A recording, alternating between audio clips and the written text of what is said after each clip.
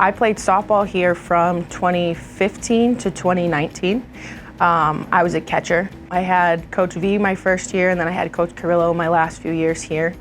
We made it to regionals a couple times. We were conference champs, I think, almost every single year that I was here. So it was a very fun environment. Learned a lot of things on and off the field, so I think that was helpful to prepare me to be, one, a student athlete, but then to prepare me for, post-athlete work and things like that. UIC, I thought in general, it felt like home, like a home away from home essentially. So if I, make my roots somewhere, I like to stay there. So I felt like once I came here, that home away from home, getting to know my teammates, coaches, the staff in athletics, just even people around the university, I felt like this is somewhere that I wanted to be. And Chicago in general is a great city.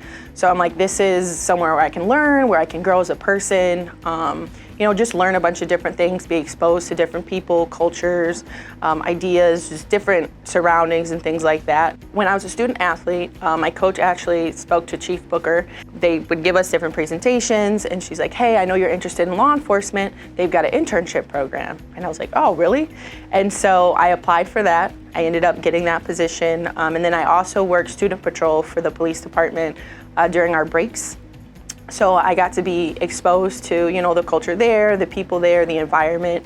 And once I was there immersed in UIC policing, I was like, this is a fantastic department. I saw the people that worked there, what they did for the university, and it just felt like if I could get into this specific police department, I felt like that's where I wanted to be, that's where I wanted to stay. And I just saw how much they gave back to everybody, how much they cared about the students, faculty, staff, and I'm like, this is exactly where I want to be. So I noticed that a lot of police departments in Illinois were starting to get therapy dogs. So there's obviously a lot of canines, so your apprehension dogs, your drug sniffing dogs, those types of things.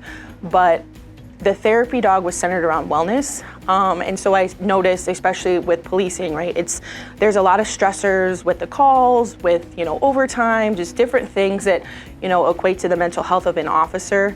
And I'm like, what can we do to help the officers so they can also better serve the community? And I was like, everybody seems to love dogs. So I did a lot more research into it, and I brought it up to my sergeant at the time, who's now a lieutenant. And he's like, that sounds like a good idea, do some research. So I did even more research. We put together basically a proposal. We had different police departments come with their canines and their therapy dogs, and they were like, this is what the program looks like, this is how it's helped us, just gave us a lot of feedback, and then pitched that to our command staff, who was like, oh, we love this idea too. So we put that into play, and he's been with us, Officer Ham has been with us since the fall of 2023, I think it was. And it's been fantastic ever since. So everybody loves him around the university. The officers love him. He's another family member essentially to us. And it's great to see, because usually when you walk around as an officer, people see you, they're a little apprehensive. They're like, oh my gosh, what's wrong? And sometimes you're just walking. You're like, I'm just here making sure everything's good. But you walk around with him and it's completely different. People are smiling the second they see him. They're actually engaging in conversation. So he's there to, one, be a happy face, but he breaks that barrier a lot. So it's been great to have him.